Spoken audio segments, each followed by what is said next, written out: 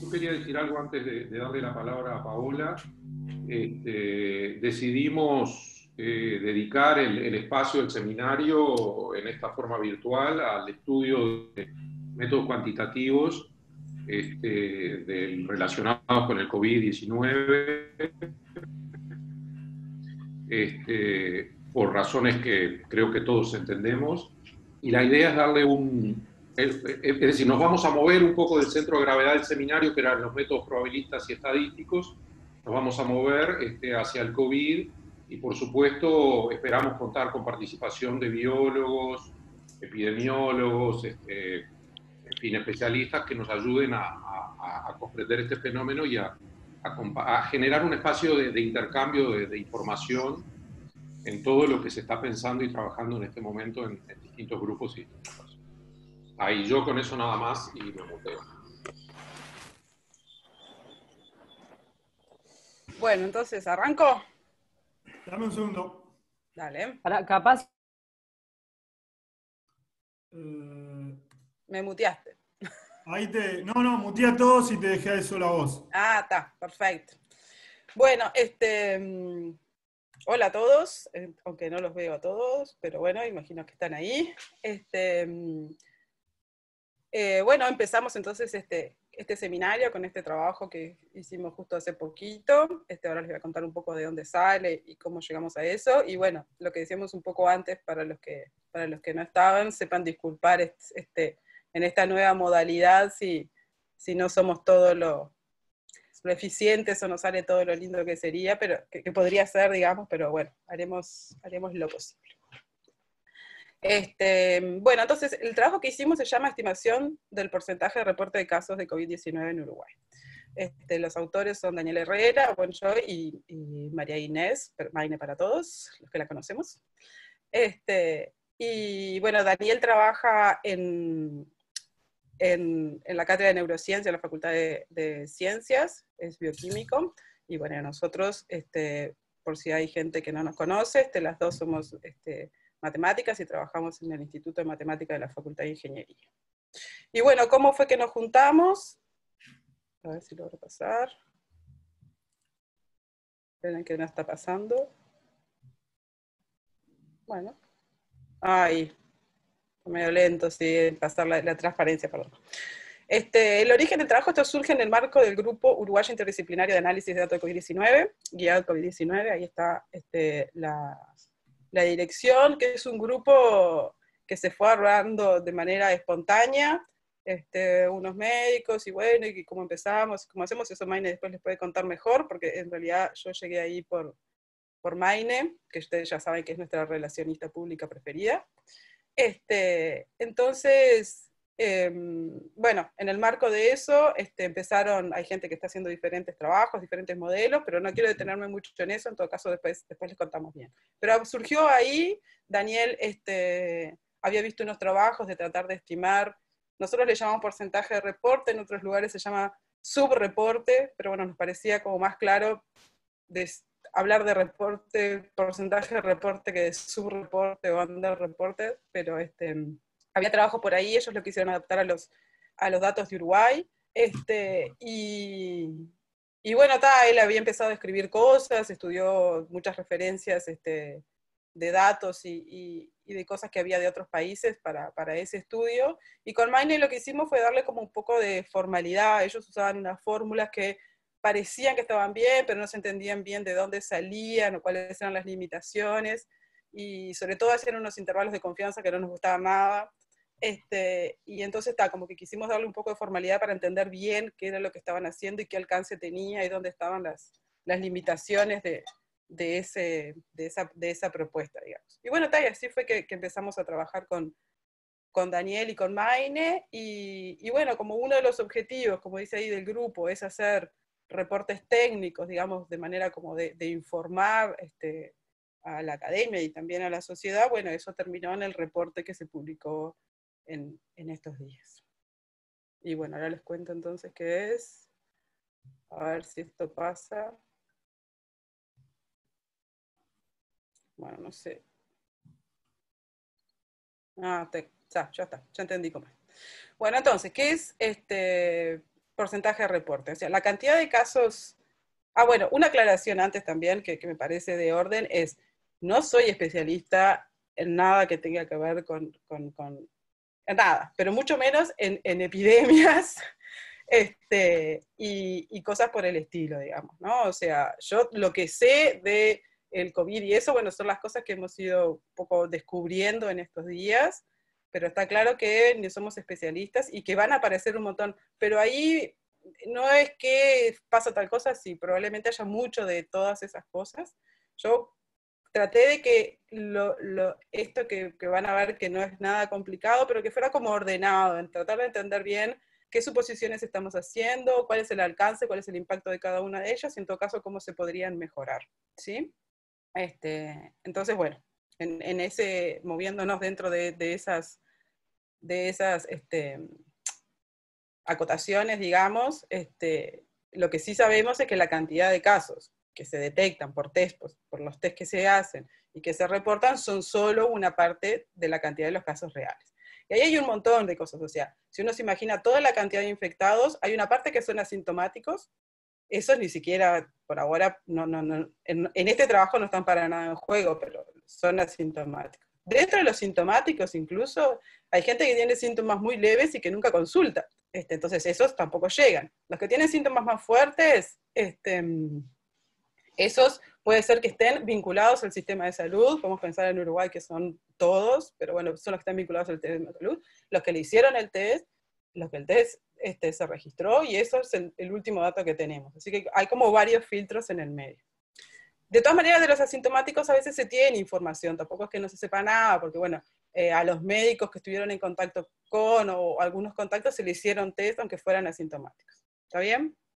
Pero lo que quiero decir es que esa fuente de bajo reporte, de saber menos de lo que hay, viene de muchos lados distintos.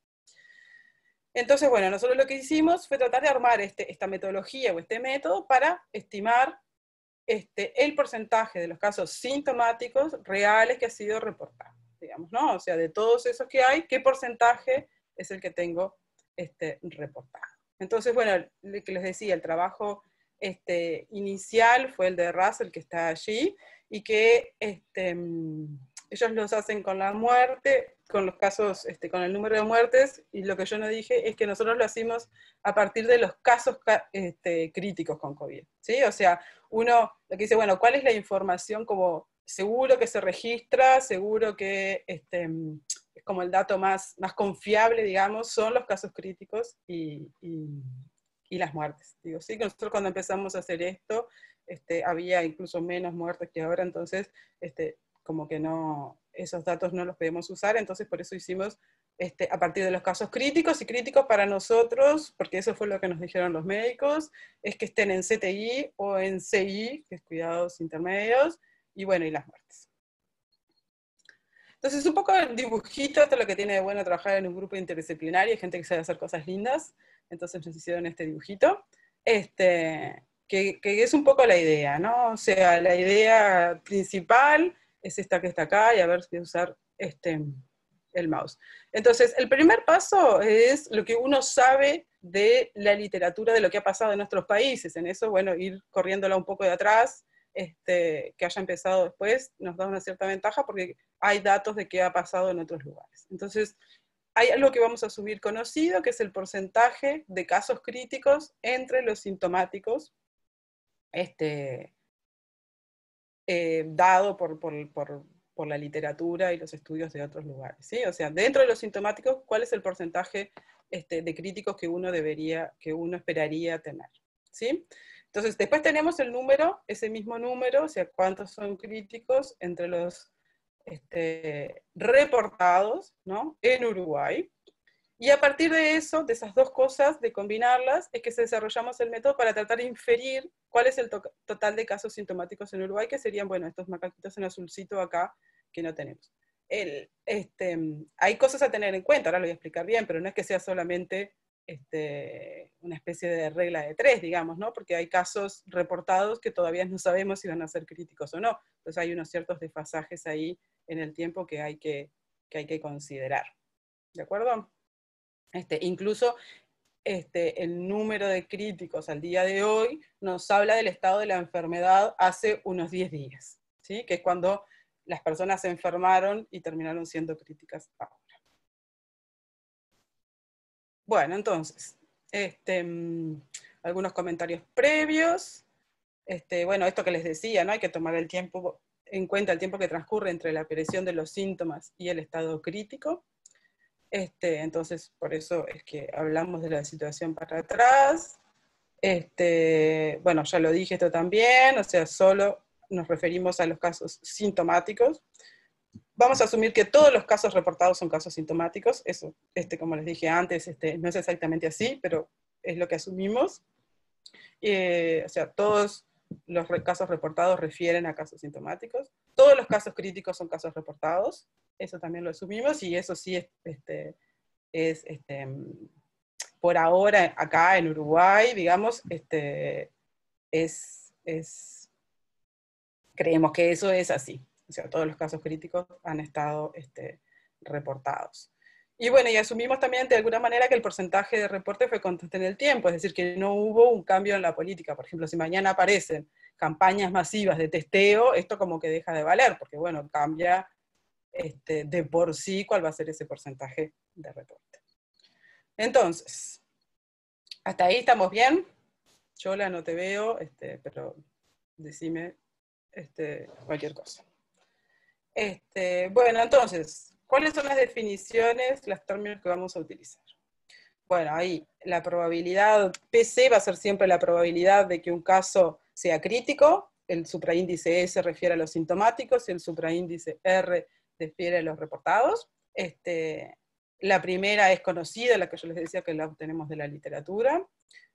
La segunda no, es la que quiero estimar, ¿no? O sea, cómo esa probabilidad, cómo esa proporción entre los sintomáticos de alguna manera se refleja dentro de los reportados. Entonces, ¿de dónde viene un poco el modelo o el modelo aleatorio que hay atrás? Y es de suponer que cada caso, ¿sí?, tiene un tiempo aleatorio entre que se le confirma la enfermedad y que se convierte en caso crítico, ¿sí? O ahí hay algunas suposiciones que después las vamos a ver, que nosotros estamos suponiendo que es la misma que entre que le aparecen los síntomas y se vuelve crítico, ¿sí? Pero entonces voy a suponer que ese tiempo es aleatorio y es lo que me va a dar finalmente a un tiempo fijo cuál es el número esperado de casos críticos a ver. Entonces, lo que vamos a asumir es que esos tiempos son independientes, que para cada día los tiempos esos en que se vuelven críticos son independientes para los distintos casos, las distintas personas, y que para tiempos distintos también son independientes. Y eso también se ajusta, esas variables se ajustan a partir de datos de la literatura. Bueno, entonces, acá es donde empezamos nosotros a definir nuestras variables de interés. Entonces, bueno, no, todavía no. La variable, esto sigue siendo lo que voy a llamarle NTOPS, ese es el número de casos críticos acumulados, observados a tiempo T. O sea, son, si me fijo hoy, 24 de abril, ¿cuántos casos críticos acumulados tuvimos hasta ahora? Esos son los datos que nosotros los tenemos en Uruguay, que son datos públicos, aunque son inexactos, y después voy a eso a volver, cómo nos puede, esa manera de publicar los resultados, nos puede, dame un segundo, nos puede cambiar las estimaciones. Dime. Pau, tenemos una pregunta de Gonzalo que dice, ¿asume que la distribución D es universal, independiente de la política de testeo del país? Sí, o sea, nosotros ahora estamos suponiendo que es así, independientemente de la política de testeo, pero si la política de testeo cambiara, esto, como yo les decía, ¿no? O sea, como que el porcentaje de reporte deja de ser constante en el tiempo y hay que mirar otras cosas, ¿sí? Y lo otro, también a ver, Maine quería decir algo. Sí, Maine. Que la distribución D es el tiempo entre que se detecta y entra al CTI. Entonces, ahí lo que puede tener, en realidad no es entre que se detecta, es entre que empieza a tener síntomas y el CTI, entre que se detecta y el CTI, y nosotros en realidad consideramos que la detección y el comenzar a tener síntomas aparecen al mismo día. Entonces, eso sí puede tener un poquito de influencia y cambia un poquito los intervalos porque corre un poquito a la D, pero no depende de la política de testeo, sino de la rapidez de testeo en realidad. No sé si aclaré Sí, o oscurecí. no, a ver, el tiempo es de cada caso, de cada persona, ¿no? Cuánto una persona demora en volverse, entrar en estado crítico. Eso puede depender de otras cosas, puede depender de la edad, puede depender de condiciones previas que tengan esos casos. Nosotros estamos poniendo, en principio, todos la misma distribución porque no tenemos esos datos desagregados. Lo que dice Maine, que puede cambiar lo de las políticas, puede tener impacto en otras cosas también, digo, entre la cantidad de asintomáticos, porque si vas a testear a mucha gente, puede cambiar otras cosas. Pero la variable esa es como una variable que refleja el comportamiento más de la enfermedad que del testeo, de alguna manera. Sí. Que nos cambia la política de testeo, nos cambiaría otras cosas, pero no necesariamente la distribución de D, me parece. Tenemos otra pregunta que te le iba a hacer Martín Fernández. Uh-huh. Martín. Hola, perdona. Sí, la pregunta era, sabiendo que muchos de los testeos se hacen a personal de salud, ¿no estarías, digamos, suponiendo que todos los testeos digamos, de que todos los reportes es a casos sintomáticos, ¿no estarías sobreestimando los casos, digamos, sintomáticos? Porque hay mucho que es a personal médico que no tiene síntomas, digamos, pero sí es positivo. Sí. O sea, no, es así. Lo que pasa es que al día de hoy nosotros no tenemos esa información desagregada, digamos. Justamente al final vamos a volver sobre todo eso y decir cuáles serían los datos que necesitaríamos. Pero sí. Perfecto. Es lo que decía antes, al personal médico, a contactos, que le hicieron a contactos de personas que se sabe que estuvieron en contacto con un positivo y entonces se le hacen que no tenga síntomas, personas que vinieron de viaje y se lo hicieron porque estaban preocupados. Digo, hay muchos casos que pueden pasar. Lo que estamos haciendo es decir, bueno, esto funcionaría así, digamos, ¿no? Y qué datos precisarían para tener mejores estimaciones, que es lo que voy a mirar un poquito al final. ¿Está bien? ¿Alguien que me diga sí? Bueno, gracias. Ahí va. Bueno, entonces, tenemos NTOPS, ese es el número de casos críticos acumulados, que lo sacamos de los datos públicos. ST es la cantidad de casos sintomáticos acumulados a tiempo T. Esto es lo que no conozco y lo que quiero estimar. En realidad, en lugar de porcentaje de reporte, podríamos decir estimación. Es una manera de darlo, digamos, pero eso es lo que quiero estimar, ¿no? ¿Cuántos sintomáticos hay? O había hace 10 días. Y bueno, RT le voy a llamar a la cantidad de casos reportados acumulados hasta tiempo T, donde el R, el supra T, que está acá, digamos, es el día T. ¿Sí? Estos también son los que son datos públicos y que también son inexactos. Me voy a volver sobre eso después, pero también son inexactos porque se acuerdan que en un momento hablaban de test positivos y no de personas positivas, y entonces eso en algún momento que nos generó también un poco de ruido. Bueno, si quieren lo de los casos críticos también se los adelanto, digo, esto es lo que pasa es que nosotros vemos el total a hoy, o sea, nos dicen, hoy hay 13, hace 10 días había 10, pero no quiere decir que no se sabe si eso entraron 3 nuevos, o se fueron 4 y entraron 5, ¿sí? Entonces para nosotros eso nos cambia, porque nos dice que nos estarían generando nuevos casos críticos, que no los estamos registrando porque solo tenemos esos acumulados, esas cantidades, ¿sí? Entonces también ahí de alguna manera como que nos podemos estar perdiendo de casos críticos por la manera en que se reportan esas cantidades, los datos que nosotros disponemos que son los que se publican en el SINAE. Bueno, entonces, ¿qué es lo que llamamos porcentaje de reporte? Y bueno, es a la relación esa entre los reportados y esa cantidad de sintomáticas acumulados a tiempo T que no conocemos. Y bueno, entonces, lo que nosotros de alguna manera, ¿qué es lo que asume nuestro modelo para intentar estimar ese porcentaje de reporte? Es esta relación, digamos, ¿no? O sea, que la probabilidad esta que tenemos de ser crítico entre los sintomáticos, que es conocida y la sacamos de la literatura, por la cantidad total de sintomáticos que tampoco conocemos, es igual, digamos, como que esto me daría el número de críticos entre los sintomáticos, esto tendría que ser igual al número de críticos entre los reportados, porque de alguna manera los críticos no me los pierdo. Y eso es el número de reportados por la probabilidad de ser crítico entre los reportados, y esta es la que no conocemos y la que vamos a estimar. ¿De acuerdo? Entonces, esto está dado por la literatura, esto lo vamos a estimar, esto lo conocemos, y de ahí sacaríamos la relación entre RT y ST, o bueno, o el total de sintomáticos. ¿De acuerdo?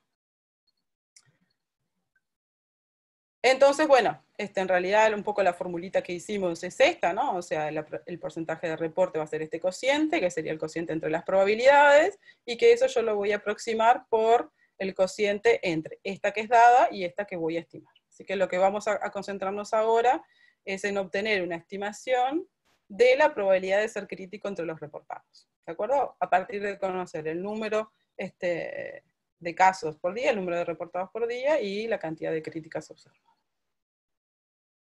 Entonces, tenemos nuestra variable aleatoria NT, que cuenta el número de casos reportados críticos acumulados hasta tiempo T, y eso lo vamos a escribir así. Lo vamos a escribir para cada tiempo, ¿sí? Para cada tiempo T entre 0 y T menos 1, la suma de, para cada día, pongámoslo así, para cada día, en cada uno de los reportados de ese día T, voy a poner una indicatriz, o sea, voy a poner un 1, voy a sumar un 1. Cada vez que el caso I, reportado ese día T, sea crítico antes del tiempo T menos T. O sea, que sea crítico en la ventana que yo estoy observando, digamos, ¿no? ¿Sí? O sea, que se convierta en crítico, desde que fue reportado en crítico, en T menos T, o sea, que yo lo esté viendo a tiempo T. Porque podría ser que ese caso de ese día se vuelva crítico más adelante, en el futuro, y que yo no lo esté contando. ¿De acuerdo? Entonces, la manera que yo tengo de alguna manera, tener en cuenta ese desfasaje o digamos, cuáles son los casos que yo puedo contabilizar, digamos, comparado con, que tiene sentido comparar contra los que estoy observando, son esos, son los que se volvieron críticos antes del tiempo T menos T. ¿De acuerdo? Esto es un poco donde se juega todo, y que nos costó también escribirlo un poquito así, para ver de dónde salían, digamos. Así que si hay alguna duda, lo podemos mirar. Entonces, bueno, esta variable ZI es una Bernoulli, y el parámetro es, entonces, la probabilidad de ser crítico, que sería entonces PCR, porque estoy dentro de los reportados, por la probabilidad, digamos, de que se vuelva crítico antes del tiempo T menos T. Si se acuerdan que D era la variable aleatoria que me medía ese tiempo, así que lo que tengo es la probabilidad de que D sea menor o igual que T menos T, o sea que tengo la función de distribución. ¿Sí? O sea que estoy sumando. Repito, estoy sumando para cada uno de los tiempos, para cada uno de los días antes del tiempo que estoy observando, para cada uno de los casos de cada uno de esos días, estoy poniendo un 1 si ese caso se volvió crítico antes del tiempo T menos T, para que yo lo pueda observar a tiempo T. Ahí hago una aclaración en el reporte y un poco acá, que hacemos un poco de lío entre tiempos y días. Digo, nosotros lo teníamos claro por cómo lo manejábamos, pero a veces estoy diciendo que el día 1 es el tiempo 0, como mi día 0, entonces puede armarse un poco de lío, pero no le hace ni al modelo ni a la cuenta, digamos. Lo que hay que entender es, bueno, este día, y no tiene impacto tampoco en el resultado final, pero digo, no se maten con eso pensando mucho lo de los subíndices, digamos, ¿no? O sea, si yo quiero los de hoy, si estoy mirando de aquí a 4 días, que se vuelvan críticos antes de 4 días. Y bueno, entonces podemos calcular la esperanza de esa variable aleatoria. Eran Bernoullis, eran todas del mismo Bernoullis, que no dependía de los pacientes, porque las variables aleatorias D no dependían de los pacientes, así que lo que tenemos es RT por Q sub T acá, y acá simplemente sustituí Q sub T. ¿De acuerdo? Así que lo que tengo es que el número esperado de casos reportados críticos acumulados a tiempo T es la probabilidad de ser crítico entre los reportados, que no lo conozco, y esta suma que es por cada día, RT son los reportados del día T, entonces por cada día, esos reportados, voy a mirar una proporción de esos, y una proporción de esos que me la da, bueno, ¿cuál es la probabilidad de que estos RT se vuelvan críticos antes del tiempo T menos T? Esos son los que yo voy a observar a tiempo T, ¿de acuerdo?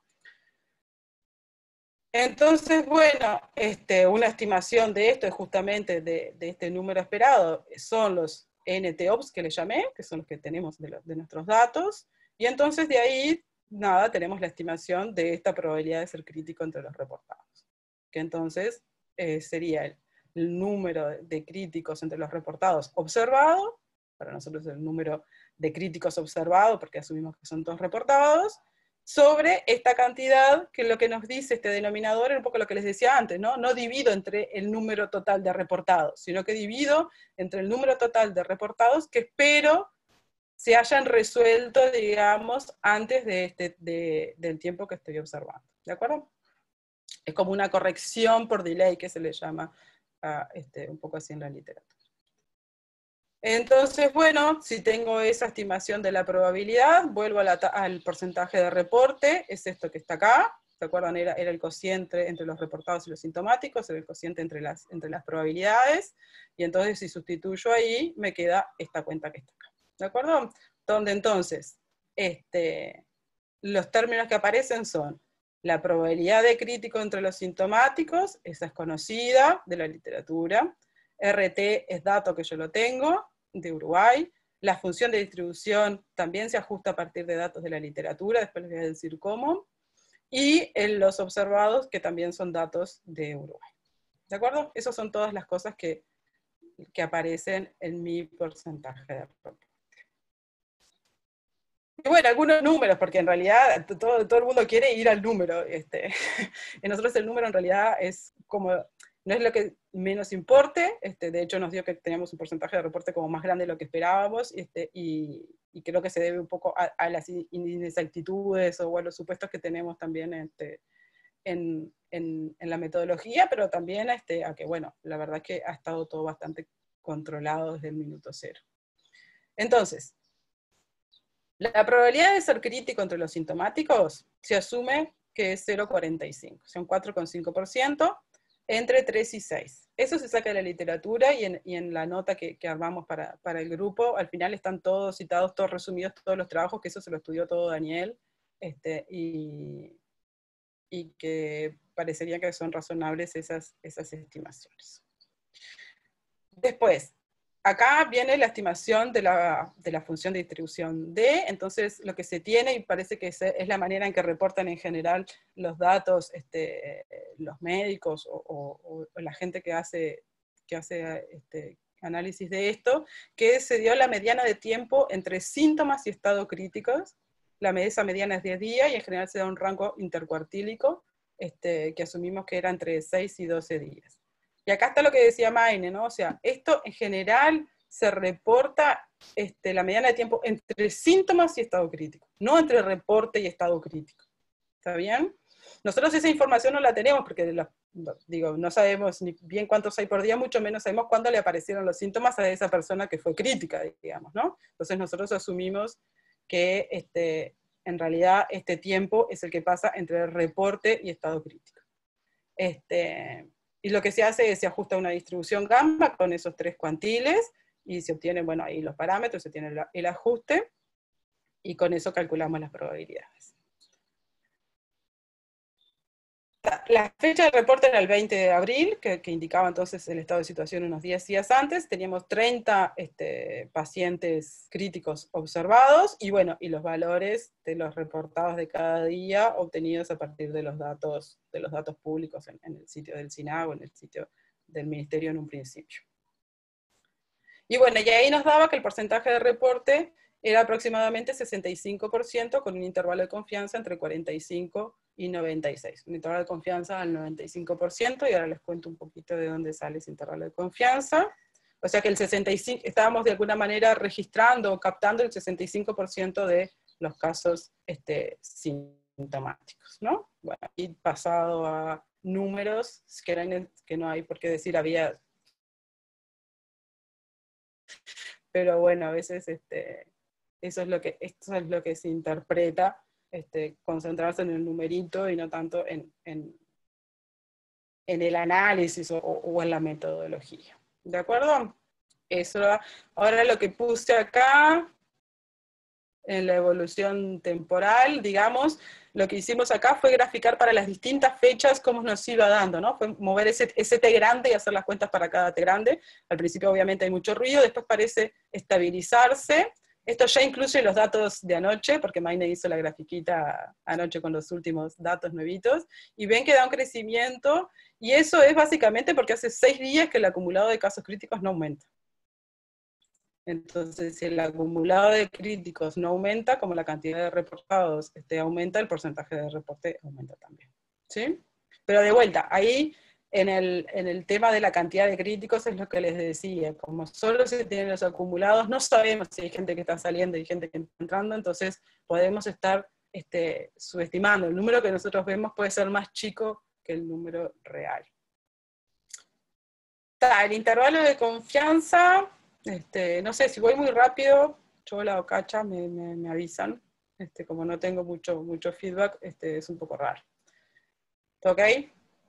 Pau, no, por ahora bien, nadie ha escrito preguntas, además de las que ya te pasamos de marcar. Fue la última y no sé el resto si querés hacer. Dale, si tienen preguntas, aviso para los que se conectaron ahora recién. El Cacha pregunta, ¿por qué no usan los fallecidos? Y porque hace 10 días casi no había 4 o 5. Son muy pocos. A medida que aparezcan más, sí se puede hacer. Vale igual. Bueno, ¿sí? Perdón.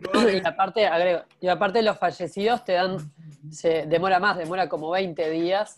Entonces además. te da la foto más tarde todavía. Si los casos de CTI suponemos que están todos informados, entonces cuando nos abran los datos vamos a poder... Pero discutimos al final, porque igual tiene un poco de sentido que no hayan aumentado, pero lo discutimos un poquito al final. Bueno, entonces para hacer el intervalo de confianza, básicamente lo que nosotros necesitamos conocer es cuál es la distribución de la variable NT. ¿Sí? O sea, bueno, acá no lo escribí, pero digamos, conocer la distribución de la variable NT nos daría la precisión en la aproximación esta que está acá, de la esperanza, y por lo tanto en la aproximación que hicimos de la probabilidad de crítico entre los reportados. Y bueno, son sumas de variables aleatorias Bernoulli. Estas son independientes porque son los tiempos de pacientes, de casos distintos, entonces son independientes, por lo tanto tengo las binomiales acá. Y después tengo suma de binomiales independientes también, porque tengo los días distintos son independientes. Entonces al final podemos aproximar esto por una distribución Poisson, con el parámetro lambda que es y que el lambda estimado, digamos, el lambda gorro va a ser el NT observado, y esto es exactamente lo que teníamos de antes, ¿no?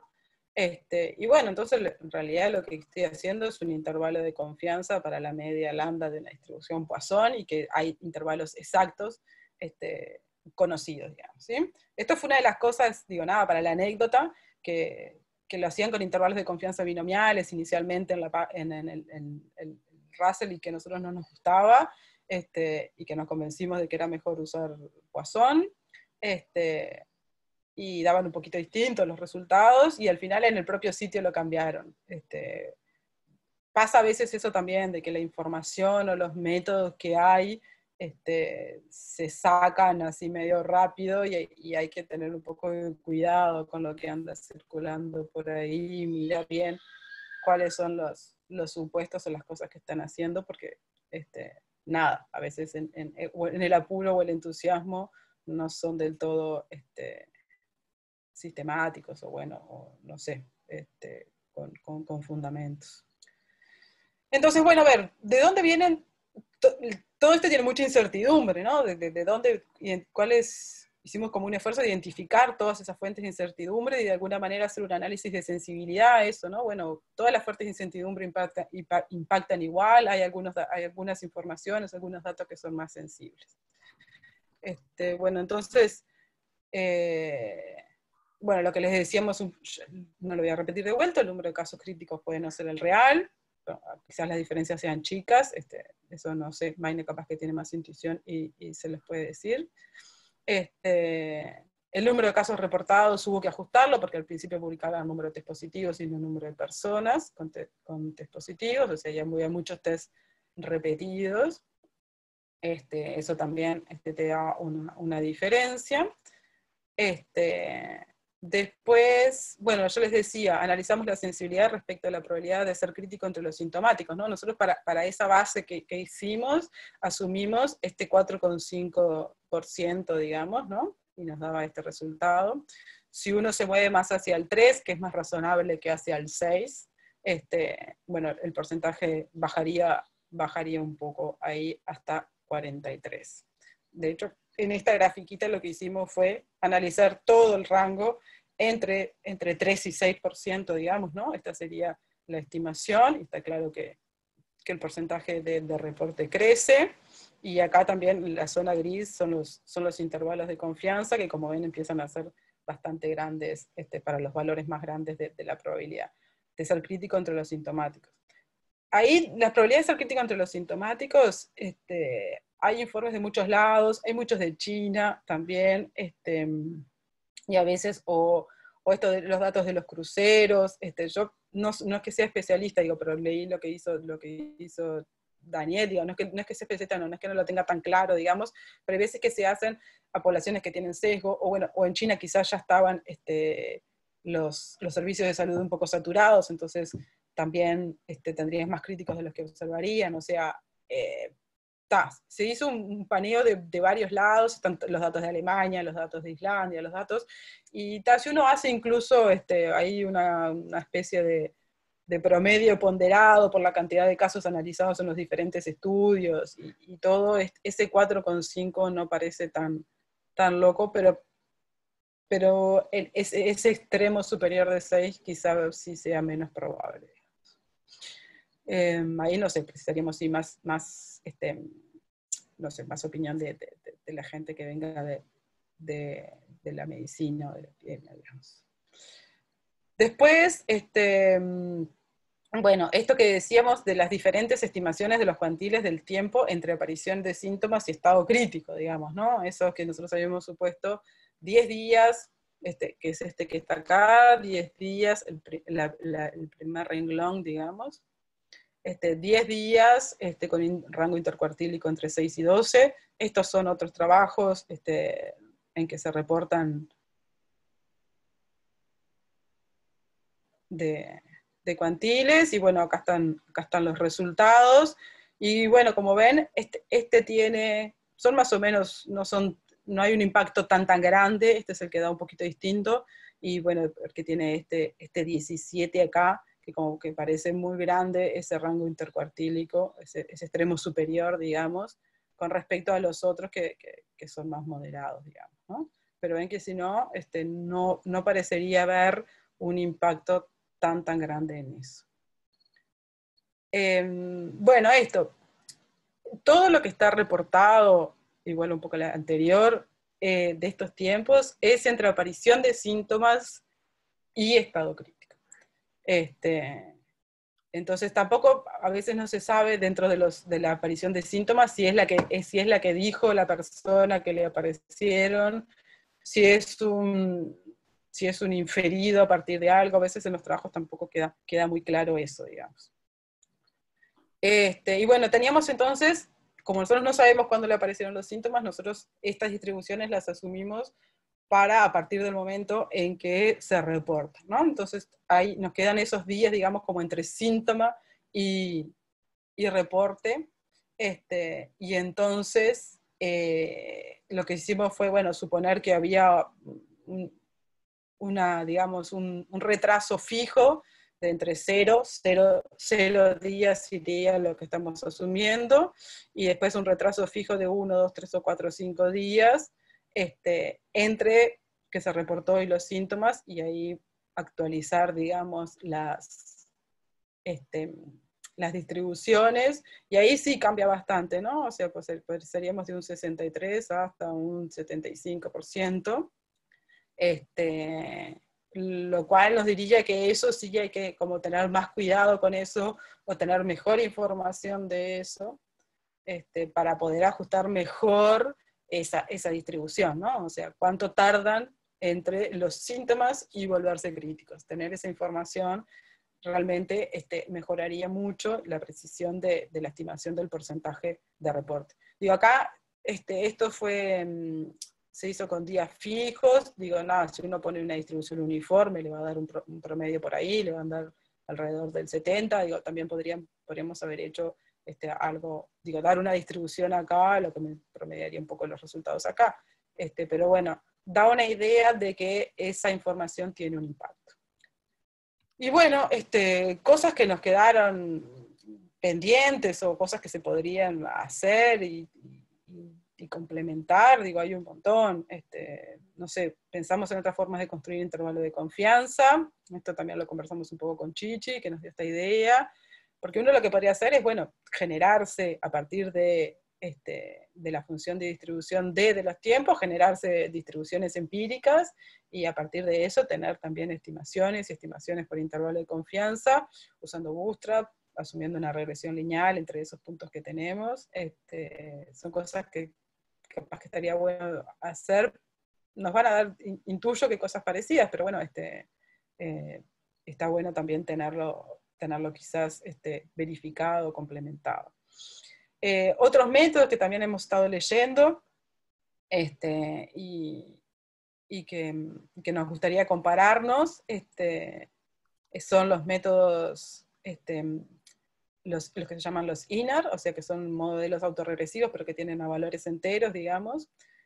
Hay un trabajo de gente conocida, acá tengo Cabaña, pero Cabaña A, es Alejandra, y equipo en España, que han trabajado, este es del 2016, pero que están muy lindos, y que hablan como maneras de estimar subreportes mediante estos modelos.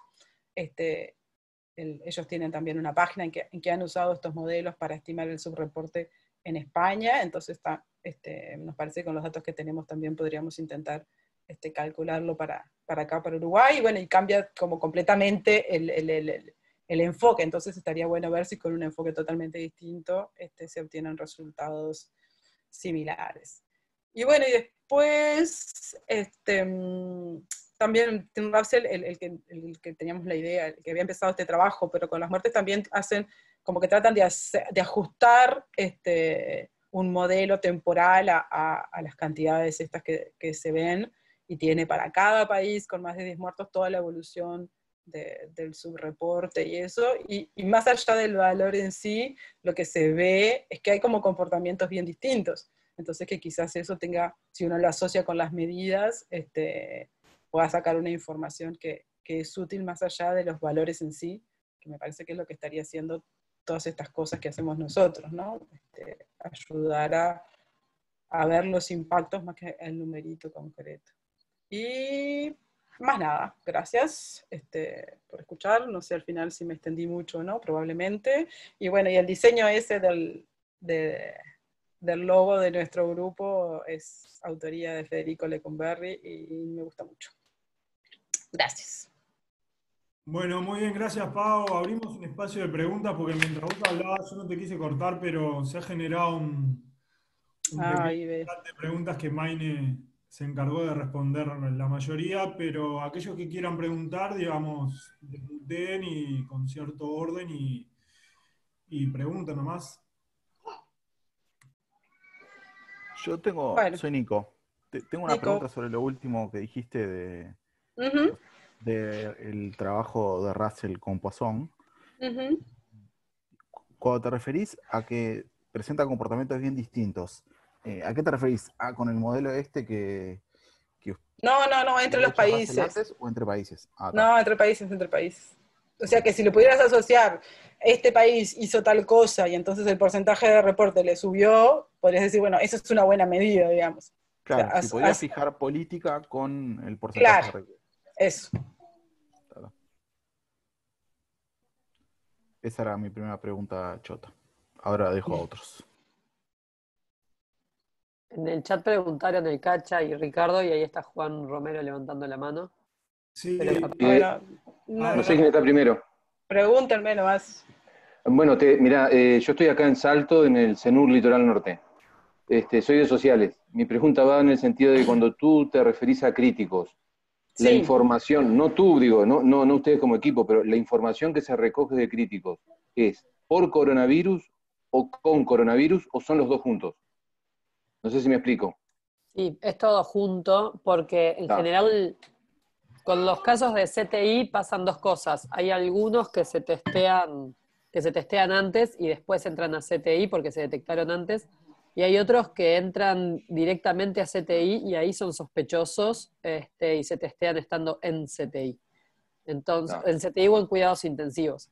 Entonces, todos los que están dentro de críticos considerados en Uruguay, digamos, puede ser que los hayan testeado antes o en el momento, pero sí, en general es con. No, a veces no se sabe si fue el coronavirus lo que lo llevó al CTI, o bueno, hubo algunos casos que podrían haber sido contagios en el CTI, pero eso es difícil de discernir, incluso por lo que hemos estado charlando con los médicos. Mismo en el caso de las muertes hay un debate de si es con o porque por más que tengan otra patología y después se contagien con el virus, eso aumenta muchísimo las chances de hacer colapsos medio generales, entonces mismo hay bastante debate, entonces en realidad está como todo en la misma bolsa. Perfecto.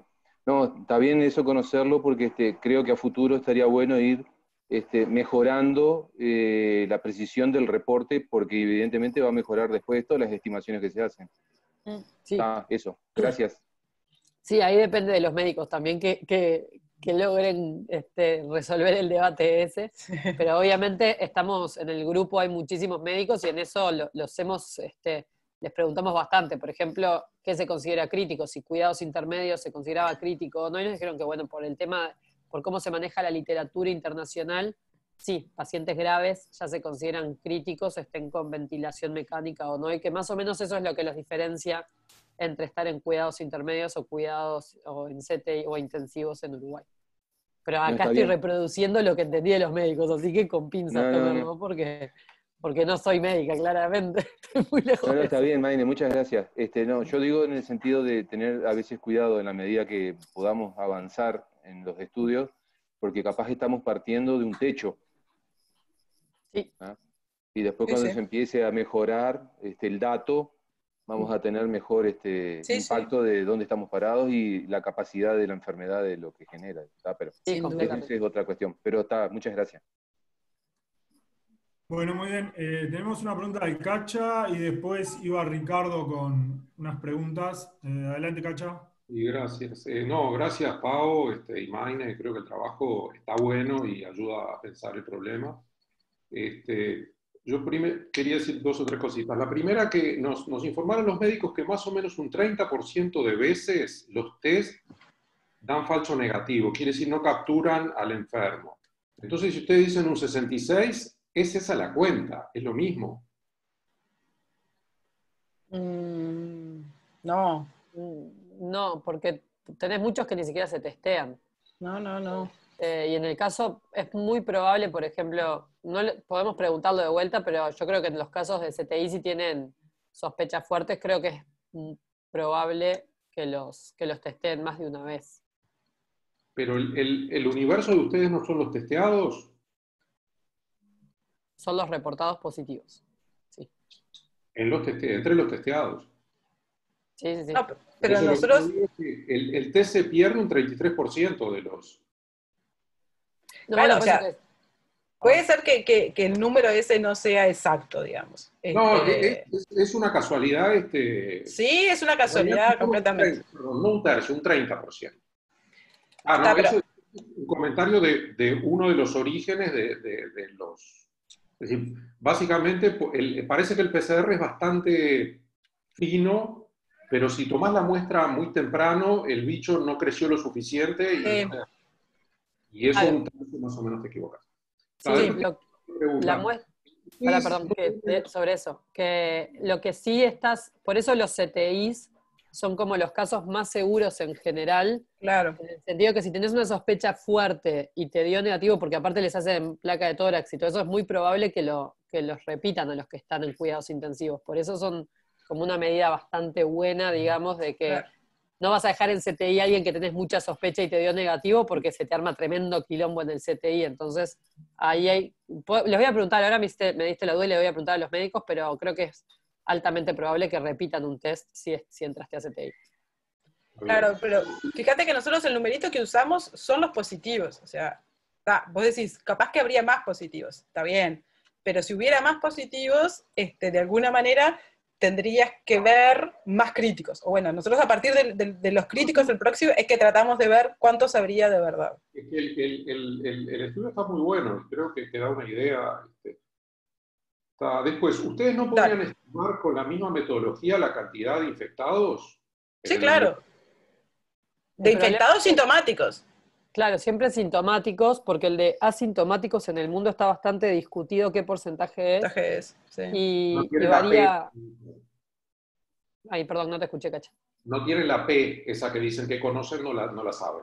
De los asintomáticos no, porque en general lo que se calcula es que vos los sintomáticos en los países que más o menos hicieron un testeo muy fuerte, los encontrás todos porque a cualquiera que tenga síntomas lo testeás, entonces podés estimar bastante bien, igual varía entre 3 y 6% o a veces un poquito más, cuántos de esos después terminan, o sea, de los que se infectaron, cuántos terminaron después en CTI.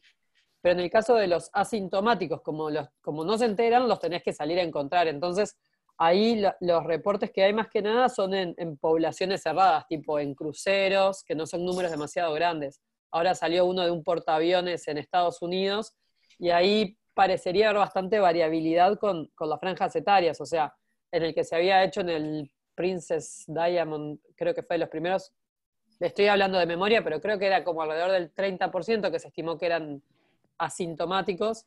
Habría que ver en el Greg Mortimer, sería muy bueno tener esos datos para ver cómo dio ahí, porque era un montón de gente, pero después en un portaaviones yankee les dio 60% asintomáticos. En Uruguay tendrías dos casos de estudio, que es uno el Greg Mortimer y el otro es el caso del Vilar de Bo, donde también se testeó a toda la población, y eso te podría mostrar dentro de todo en Uruguay por dónde viene la mano. Por eso son datos súper valiosos, pero eso es algo que mundialmente se dice, bueno, hay entre un 30 y un 60% de asintomáticos, pero se está mucho más lejos de tener un número para poder expandir al universo ese. No, y después quería preguntar por la F. Los parámetros que son el 3,8 y 0,38. Son los parámetros de la gama, la media y la, no sé cómo le llama, escala y... ¿Es el desvío el otro? Curtosis. Sí, no me acuerdo ahora que... De 0,38, ese es el comentario. No es una cosa concentrada alrededor de la esperanza? No, me parece que no. ¿Querés que busque la figurita? Sí, es como la gama. Ya la busco mientras tanto, que Pau siga respondiendo. No, ya aprovecho y termino con esta pregunta. ¿Por qué no usan los fallecidos más los CTI? Porque en realidad... no lo dije, los fallecidos están dentro de los críticos. Si no quedó claro, perdón. No, porque o sea, el CTI permanece estable. El CTI permanece estable, pero se está muriendo gente. Claro, pero la cantidad, no nos cambia la cantidad de críticos acumulados. Si pasa de CTI a muerto, para nosotros es la misma cantidad. Yo observo la misma cantidad de críticos. Es decir, a los que se mueren no los sacas del CTI. No. Eso, exacto. No. Están contados. Yo terminé. Muchas gracias, chiquilinos. Bueno, teníamos... Sí, perdón, voy a agregar un numerito nomás para una idea, pero hoy en el CTI publican que hay 10 y nosotros, siguiendo a mano los casos, contamos que unos 30 pasaron por CTI o cuidados intensivos. Y ahí es lo que decía Pau, si dieron el mismo día de alta a alguien y ese mismo día entró, no lo estamos viendo. No lo vemos. Un problema. Cuando iban aproximadamente 26, ahí, sin querer, un médico un poco se le escapó, que era la cuenta que tenían ellos. Entonces, hasta 26 veníamos bastante bien. Ahora no le volví a preguntar para no comprometer a esa médica de ningún tipo, porque hay todo un tema con esos datos. Pero bueno, en teoría, dentro de poco tiempo podríamos acceder a esos datos y poder corregir un poco mejor estas estimaciones. Son unos 20 días el CTI, ¿no? Promedio. No, 10. No, que están los pacientes. Depende. Hablando al principio, sí, hay muchos de los pacientes de Uruguay que pasaron menos tiempo, o sea, sobre todo los del principio, los que fallecieron tuvieron menos de una semana. Ahora justo los últimos sí estuvieron como 24 días. Una médica me decía que es un dato medio, nada, es en mediana, pero que lo que observaban al principio era que cuando les daban de alta era más o menos a los 19 días y cuando fallecían era más o menos a los 21 días, pero bueno, eso debe tener como muchos errores y fue bastante al principio de la epidemia. En Uruguay se tienen esos datos de cuándo entraron y cuándo salieron, entonces podríamos también intentar ver si los alemanes en un modelo SEIR que usan ponen en 10 días vas a CTI y durás 20 días en CTI. Sí. En un modelo determinístico que hacen. Sí, por eso son los promedios. Sí, está bien. Terminé, muchas gracias de vuelta y gracias a todos. Teníamos una pregunta de Ricardo, después Facundo tenía una pregunta, Martín Fernández y Gonzalo tenía la mano levantada. Ese sería más o menos el orden, creo. Muy bien. Más o menos alguna presentación. Así que Ricardo... Adelante. Dale, hola a todos, un gusto reencontrarnos y me gustó mucho el trabajo que han hecho. Mi pregunta es que no entendí muy bien sobre los intervalos de confianza. Ustedes dicen al 95%, ¿pero es simultáneo o es en cada punto? No, en cada punto. En cada punto, para cada T. Sí. Para cada T. Y entonces todo a la vez. Todo a la vez como... no, pero pasa que es acumulado. Acumulado hasta T. A ver si voy a la grafiquita. Pará.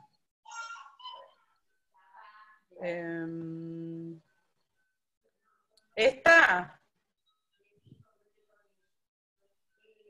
Sí. No, esta no era. No, es la otra. Esta. Cuando nosotros ponemos esta fecha, es que estoy mirando los acumulados desde acá, o sea, desde el principio hasta este tiempo. Por eso, pero la banda que pones es para ese tiempo. Sí. Vos decís... Que es un poco quizás lo que dice el Chiche, digamos, ¿no? Si uno quisiera ver si la banda esta... Es como cuando uno hace muchos tesis a la vez, ¿verdad? El nivel se va yendo al demonio. Claro. Sí, capaz que la gráfica... Pasa que ahí lo que queríamos ver era cómo aumentaba con el tiempo, digamos, ¿no? Entonces el intervalo de confianza es para ese tiempo. Sí. Pero no, sí, digo, puede ser que la gráfica sea un poquito tramposa. Como misleading, claro. Sí. Digo, hay un par de cosas sencillas que quizás pueden hacer. Diga. Digamos. Una es, bueno, lo que dice el Chiche, ir por el lado del bootstrap. Sí. Pero la otra es de repente, digamos, elegir 5 puntos nada más. ¿Sí? Y ahí corregir el nivel, ¿verdad? Por Bonferrón y cosas de ese estilo, nada más. ¿Sí? Para los intervalos de confianza. Sí. ¿Puede ser? Sí. Pero, perdón, sobre eso, pero no sé si tiene interés saber que el porcentaje de underreported no se ha caído nunca de la curva. Me parece que el intervalo instantáneo está bien para este problema. Entiendo que el gráfico no es lo que quiere decir, pero yo no haría demasiado esfuerzo por... No, pero es importante ver la evolución, ¿no? Claro, sí. Este gráfico lo que tiene es como que tiene inercia, me parece, ¿no? O sea, si reportaste bien al principio, como que tenés muchos acumulados y si en un momento empezás a reportar muy mal, va como demorar en captarlo. Eso es lo que me da la impresión a mí, porque es como cuánto reportaste de todos los que ves acumulados y cuántos tenías acumulados. Entonces, es como, creo que, no sé si es eso. Sí. Pero así es como lo interpreto yo ese gráfico. Y nada, por eso es eso, que mientras no te varía la cantidad de CTI y seguís testeando, es como que te sigue aumentando la cantidad de reportes, pues seguís metiendo más adentro de los que reportaste. Y tal, como medio lento.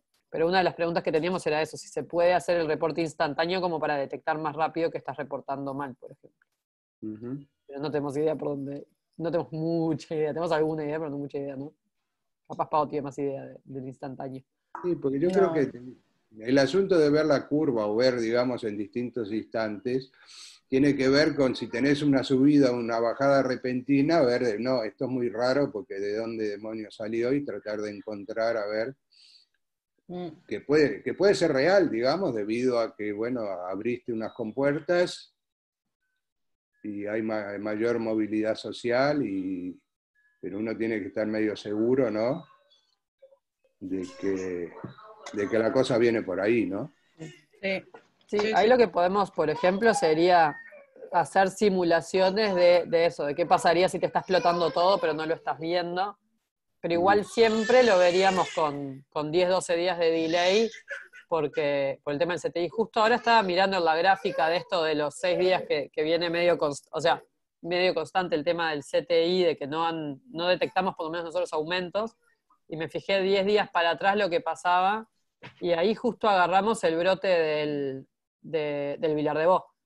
Todavía, por ejemplo, en el brote del Vilar de Bo no vimos un efecto grande en CTI, pero podría venirse estos días. Y esos brotes se complican un poco la medida porque es como que te queda medio extraña la dinámica, pero bueno, es parte de la epidemia. Bueno, ¿y quiénes han estado trabajando aparte de ustedes dos? Me parece excelente lo que han hecho. Gracias. Trabajando en el grupo, y hay varios grupos. Está Matías Arim, está Héctor Romero, está Daniel Herrera, toda esa gente está trabajando con modelos de tipo SEIR. Álvaro Cabana también. Álvaro Cabana, con otra gente, otros nombres que no conozco, les conozco los nombres ahí de que aparecen en nuestros grupos, en el Slack o en el grupo, que están tratando de adaptar modelos el modelo de Ana Pastore y de Alessandro, tiene un nombre italiano que ahora no me acuerdo, que tiene las matrices de contacto y que miran las evoluciones con esos, que están tratando de conseguir todos los datos, están arañando ahí la encuesta continua de hogares y el BPS y las escuelas y la NEP, y están juntando datos para tratar de estimar las matrices de contacto. Está Nico Yerbo con Marcela Peláez linealizando los modelos SIR. Bueno, estamos nosotros acá. Esa es la vida en cuarentena. Estamos nosotros un poco ahí, sin nada en particular, pero un poco como de apoyo a todos los grupos, ahí con un poco de matemática y de probabilidad. El Marce Fiori con Valiosian y con Jorge Vista también están haciendo modelos como de redes, de grafos, de propagación en grafos, ahí estoy un poco yo también ahora, y hay un lindo grupo de gente intentando hacer cosas, digamos. Y los médicos apoyándonos, sacándonos todas las dudas claro. de cosas. Por ejemplo, eso que preguntaban... Una pregunta más, cortita. ¿Ustedes tienen acceso a cuántas personas han muerto en el Uruguay, suponete, en los últimos 2 meses respecto del año pasado? Porque digo, ese es un dato que en otros países del mundo se multiplicó, por ejemplo, en España por 2,5. No quiere decir que todos sean de coronavirus, ni mucho menos, pero yo no he podido tener acceso a esos datos a ver si acá pasa algo de ese estilo o no. No, yo no sé. No, por ahora no. De hecho, les preguntamos a los médicos sobre reportes de gripe. Claro. Y los reportes de gripe que hay son viejos. Están en el MSP colgados, pero son tipo unas infografías. Sí, que no estaban porque no funcionaban los links. Sí, yo después medio que los encontré donde estaba, pero ahí va, ellos encontraron una porque la tenían por ahí, pero igual lo que había era 2016, 2017. Yo tengo un dato de Wikipedia de lo que pregunta Ricardo. La tasa de mortalidad de Uruguay es 9,40. y la debida COVID es un 003 en fecha, no tengo la fecha acá, hace 3, 4 días. Un 003 contra un 947. 003 por COVID y 947 la tasa de mortalidad anual. Están anualizados esos datos. Pero tú decís, ¿y la del año pasado cuál era? Y 947 es 2017. 940 2017 de Wikipedia. Por eso, yo lo que digo es ese número en el 2020. Bueno, pero si no pasó nada, no debe haber variado mucho. Son 10 de cada... déjame ver, 10 de cada 100.000 me parece que se mide. Igual, por ejemplo, eso que decís, Ricardo... España casi se triplicó. Pero en España se mueren como hongos. Ya sé. Es el problema que tenemos. La gente está desesperada. Te escriben de Estados Unidos diciendo, es una locura lo que van a hacer, yo qué sé. No estamos en España. No, ya sé que no estamos en España. Digo, no es el único país. Es un ejercicio nada más de ver si acá hay algo de ese fenómeno o no, de muertes no reportadas. Te acabo de decir los resultados. Es 9.40 en Uruguay y 0.03 de COVID. No, pero eso es anualizado, porque todavía no pasó un año de COVID para poder comparar. Bueno, tendré que mirar. Está bien calculado eso. Repito, con datos de Internet de 2017. Y lo hice para todos los países. Yo lo tengo. ¿Quieren saber de España? Te digo. Igual, se podría hacer ese ejercicio. Lo que sí hay es como que me parece que por cómo están dados los protocolos de a quién testean, que son a los que tienen síntomas. Esos síntomas son los parecidos a las gripes, ¿no? A los famosos IRAC, a las infecciones respiratorias, no me acuerdo qué es la A, y graves, bueno, no sé. Entonces, en realidad, es como que uno... Sí. Tenemos varias preguntas, digo, que está bueno el intercambio. Bueno. Termino con esto. Entonces, en realidad, la bolsa de donde uno estaría muestreando son esos. Y esos, en realidad, son una población que deberíamos tener un poco más de idea de cuánto es. ¿Se entiende? Entonces, no es toda no es todo. Yo creo que hay una información ahí que yo no sé bien cómo meterla. Digo, yo hice una cuenta boluda que era decir, los IRAC son esto, y tengo una proporción X, y estoy muestreando y observo tantos. Pero es una cuenta que no tiene sentido, digamos. Por eso ni les digo cuánto me dio. Pero hay algo que deberíamos poder tratar de meter, de que son esos los que probablemente van a ser testeados, digamos, ¿no? Y no todos. Y ese número se mantiene en el tiempo, digamos. O sea, ese número es el que se sabe que en julio te lleva 80% de saturación, de ocupación de camas, porque son las IRAC. Pero está nada, sigamos con las preguntas. No, yo quería decir los datos de España. En España la tasa de muertos por COVID es 2 y la tasa de muertos anual 2017 es 9. Quiere decir que van a pasar de 9 a 11 este año. Es una cantidad. Nada más, gracias. Bueno, seguimos con las preguntas. Había quedado una pregunta de Facundo. Ahora a mí se me está cerrando medio inesperadamente. Pero teníamos una pregunta de Facundo, después una pregunta de Gonzalo, que la perdí ahí. Pero a ver, Facundo, ¿te animás a recordarnos la pregunta que tenías? No, era medio sencilla. Era saber si pudieron contrastar el modelo con países que se hayan hecho testeos masivos. No sé qué quiere decir eso. O sea, ¿qué porcentaje de su reporte le da a Alemania, por ejemplo? Sí, eso. No sé. Capaz que la página esta del Tim Russell lo tiene, cuánto le dio. Sí, el tema ahí es que cuando hacen testeos masivos metes mucho asintomático adentro de la muestra. Entonces ya tus hipótesis cambian y tus porcentajes de críticos dentro de lo que esperás cambia. Entonces es difícil de comparar en ese sentido. De hecho, en nuestra muestra también sabemos que hay algunos asintomáticos, porque la gente, claro, por ejemplo, al principio cuando venía de viaje, o el personal de la salud, eso que hicimos al principio. Que lo dijo Pau en realidad, también son asintomáticos, pero bueno, en Uruguay, por cómo son las políticas de testeo, podríamos suponer que es relativamente poco el porcentaje de asintomáticos que está metido ahí adentro. Sobre todo que ahora no viene más nadie de viaje casi, entonces también hay pocos testos por eso. Pero Pero sí, comparar datos con otros países, por eso es bastante complicado. Y también decir, bueno, ¿qué considera otro país crítico o no?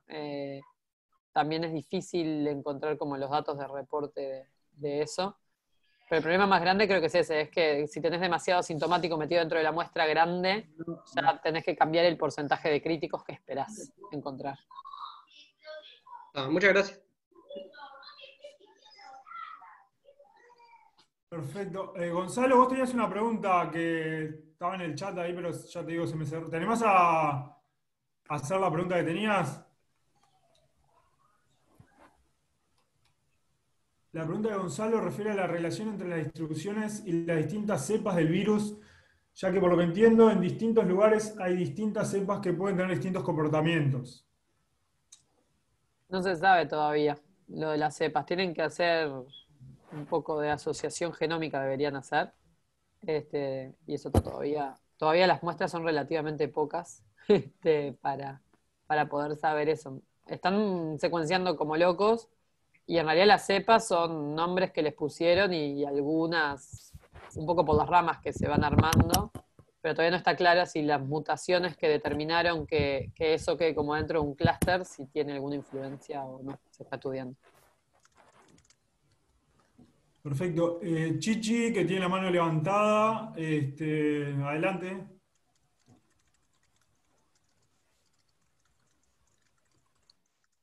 Bueno, dos cosas que quizás se complementan la pregunta de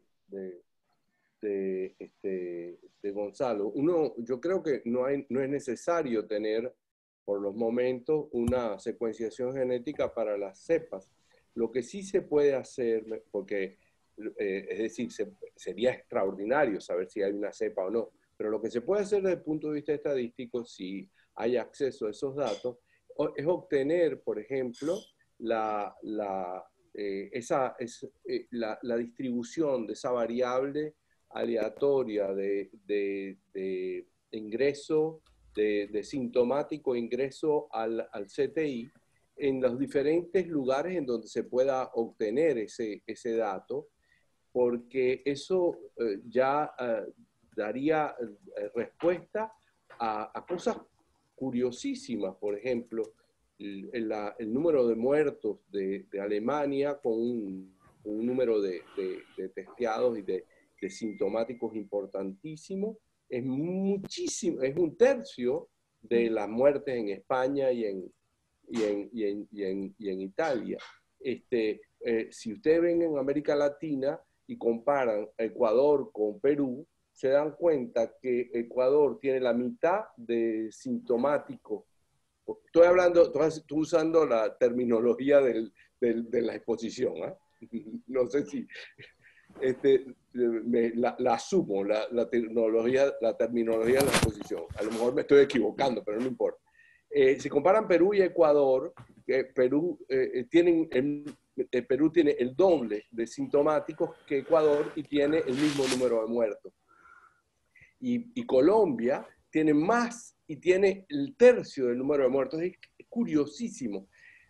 Claro, en América Latina hay que tener mucho cuidado porque eso puede ser perfectamente la poca adecuación del sistema de salud para atender la epidemia y que se muere mucha gente que no se moriría en otro, aquí en Uruguay, por ejemplo, ¿no? Simplemente se muere porque una neumonía no tratada mata, punto. Si uno se queda en su casa, se muere igualito. Entonces, pero sí en diversos países sería interesantísimo obtener una estimación no paramétrica de esa distribución entre sintomático y entrada CTI y ver las diferencias en cada uno de los países, o inclusive simplemente estudiando los muertos, ¿no? En ese caso.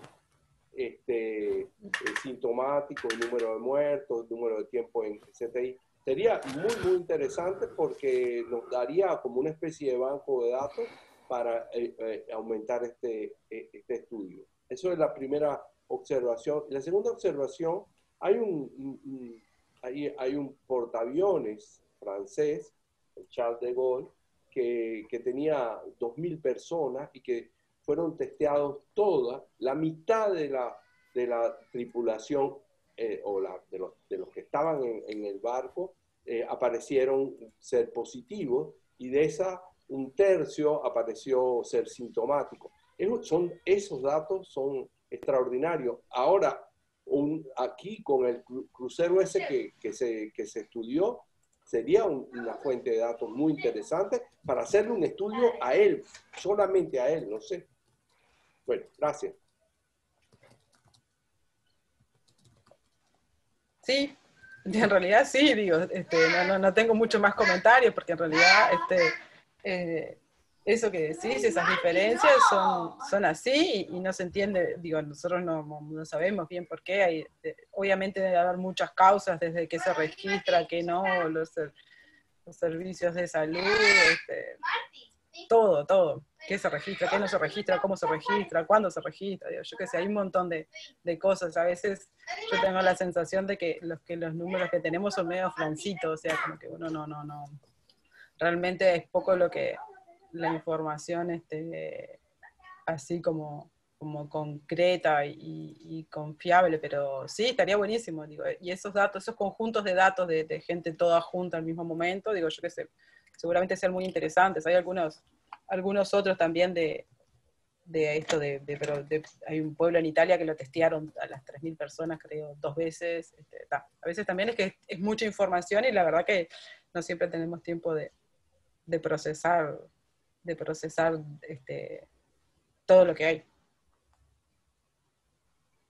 Sí, yo hay que reforzar lo que dice Pau, que los datos crudos entre países, o sea, de lo que cada país reporta, eso es bastante incomparable por todo lo que dijo Pau, entonces hay que tener como mucho cuidado. O sea, si mirás también Nueva Zelanda, tienen como, no sé, iban arriba de 1.000 y pico tests positivos reportados y iban menos de 10 muertes.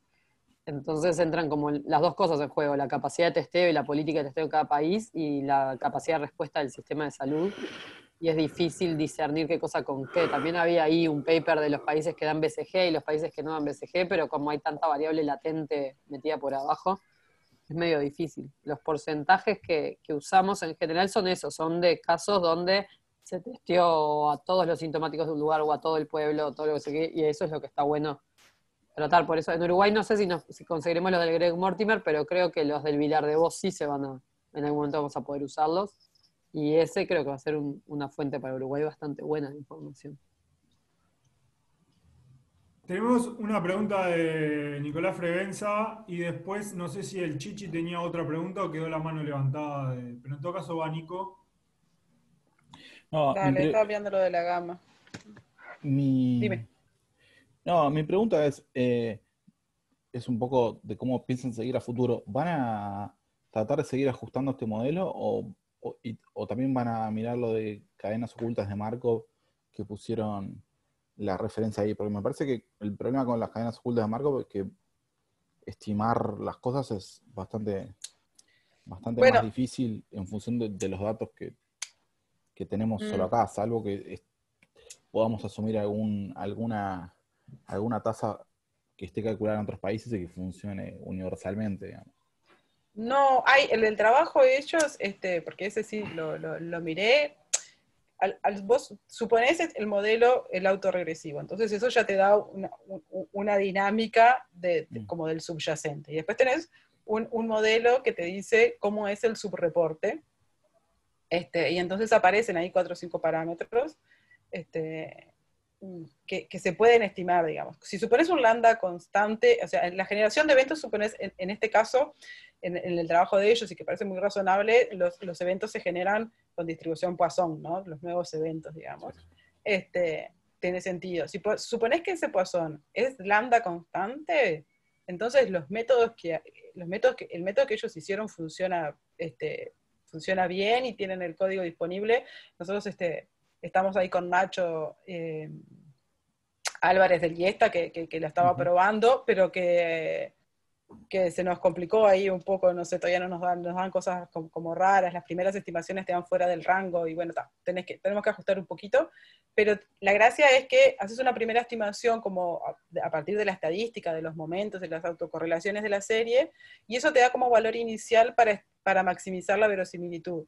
Y la verosimilitud, ellos lo escriben de una manera, al ser Poisson y al ser binomiales, la forma de generarte el autoregresivo, tiene una fórmula que es una recurrencia que la podés programar y la podés optimizar. Entonces se podría hacer con lambda constante. Con lambda constante se podría hacer. Con lambda no constante no supe cómo hacerlo. O sea, la fórmula de recurrencia funciona igual, pero creo que te agregará otro parámetro, y la optimización creo que es un poquito distinta, y lo que no entendí bien es cómo optimizar todavía, pero hay espacio para hacer. Con lambda constante yo creo que nada, es cuestión de meterle un poquito, y con lo que hay hecho podríamos tenerlo. Sí, quizás suponer que hay, si querés salirte del lambda constante, que es constante a trozos, digamos, con trozos. Sí, lo que ellos proponían en el propio trabajo, lo que pasa es que eso lo proponían como en el blog que hicieron, pero no dijeron cómo, era proponer un lambda que fuera beta 0 más beta 1 por n, o sea que te va aumentando como con el n. Tampoco tengo muy claro si acá, en este principio, en esto que estamos como en el subexponencial y que estamos todos así, no sé si tiene mucho sentido ahora ponerse con lambda no constante, o bueno, tan no constante, digamos. Por eso empezar con el lambda constante capaz que da una idea. Dale. Eso. Pero sí, en eso estamos, con el linear estamos, y con lo otro también, pero lo que pasa que perdón que ahora hago la digresión, pero trabajamos así, la noche, las siestas, las otras cosas, entonces bueno, avanzamos en lo que podemos. Gracias. Bueno, ¿tenemos más preguntas? Se fue largo al final. Perdón. Lo mío es bien cortito, acá de vuelta desde Salto, lo mío es bien cortito. Ustedes mencionaron en algún momento cómo poder mejorar, porque a mí, más allá de los aspectos técnicos, que algunas cosas caso y otras no, lo que me preocupa es cómo se releva el dato, o sea, el diseño para vos poder tener después un mejor tratamiento. ¿Qué les parece a ustedes que habría que mejorar en el levantamiento de la información para mejorar el tratamiento? Esa es mi pregunta bien concreta. Bueno, eso, hay una sección como dedicada a eso en el informe, que te lo puedo resumir así, o sea, lo que necesitaríamos saber mejor son las fechas de ingresos y egresos de los CTI para saber exactamente cuántos hay, saber las fechas de cada uno de esos, la fecha en la que le comenzaron los síntomas, y después, bueno, eso, para poder mejorar todas esas estimaciones del ajuste de las distribuciones de los tiempos, y manejar, y también en el NT observado. Y después, si se quisiera afinar, saber cuestiones más demográficas, ¿no? O sea, por ejemplo, la edad, porque uno podría esperar que si sos mayor o tenés alguna complicación más de salud, los tiempos de pasaje a CTI pueden ser más rápidos, y entonces podrías tener diferentes parámetros para diferentes categorías de personas, pero para eso hay que tener todos los datos identificados por eso. Pero me parece, a ver, Maine ahora me corrige si no, pero si no, las fechas de ingreso y egreso de CTI para tener identificado, y para cada uno de esos, cuáles fueron las fechas de aparición de síntomas, parecería ser lo más esencial.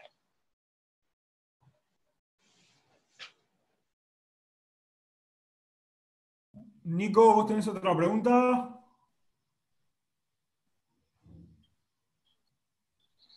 ¿Nicolás?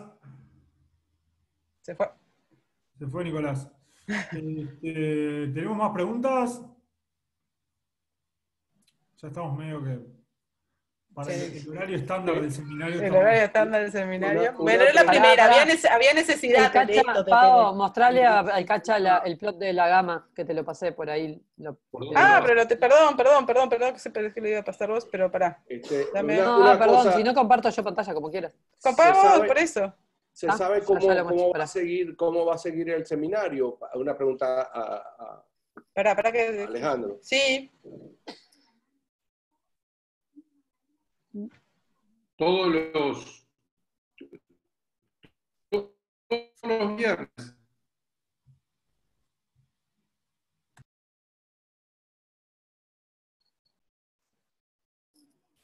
¿Quién está hablando? No te oí, Ernesto. Todos los viernes es la idea. Si conseguimos quien quiera hablar, lo hacemos. Ah, ok.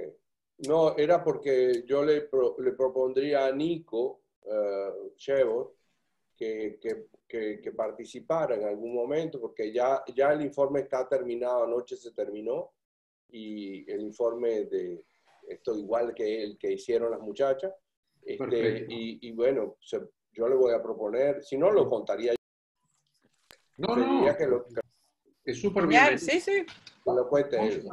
Vamos a Sí, hacer la página. Creo que ya le dije el otro día, y sí, están dispuestos, obviamente, a contarlo. O sea, en el grupo hay como bastante gente está trabajando en diferentes aproximaciones. Justo lo de Nico está bastante terminado, así que está bueno discutirlo.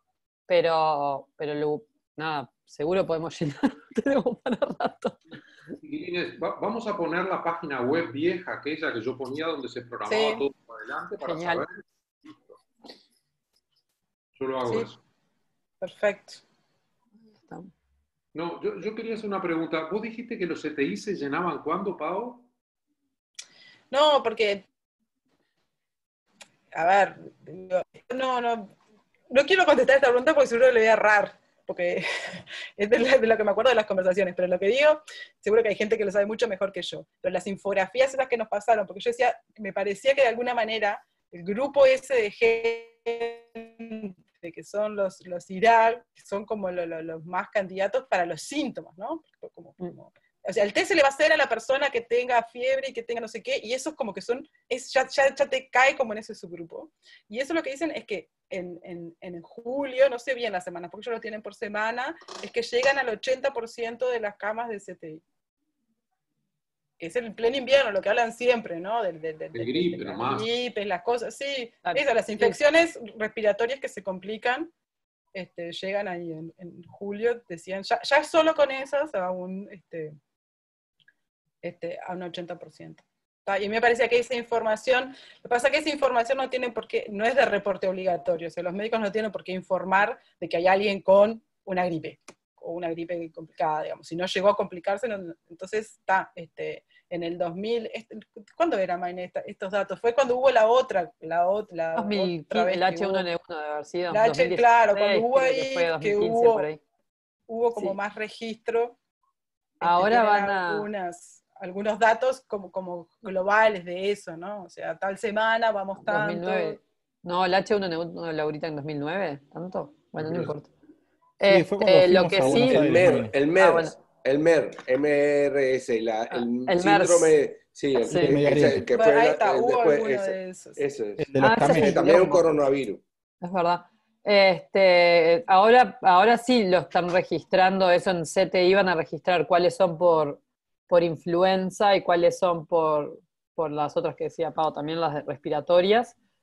Lo que también nos decían es que como está restringida la movilidad y todo eso, y también hay muchas operaciones que no se están haciendo, ahí también la ocupación de CTI baja un poco porque está habiendo menos accidentes de automóviles y menos operaciones que requieren unos días de CTI también. Vaciaron todo, pero la gripe creo que no se puede frenar, ¿no?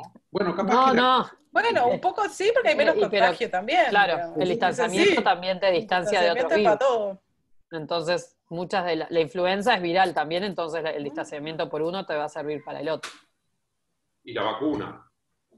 Y bueno, también la vacuna de que ¿De la gripe? De la gripe, sí. La vacuna de la gripe te ayuda. Sí, igual estamos medio en el horno este invierno. Mi consigna es el invierno pasarlo en casa. Bueno, la gente se guarda mucho más también en invierno, ¿no? Y te dejamos salir en primavera. El problema es que no explote todo en primavera. Bueno, si pasamos el invierno, yo qué sé. Es mejor morir en primavera que en invierno. Bueno, sí. A pesar del verso de Martí que se llama el Abril Cruel, porque sabes que la primavera en el hemisferio norte comienza en abril y entonces Martí le dedicó un poema a Abril y todo.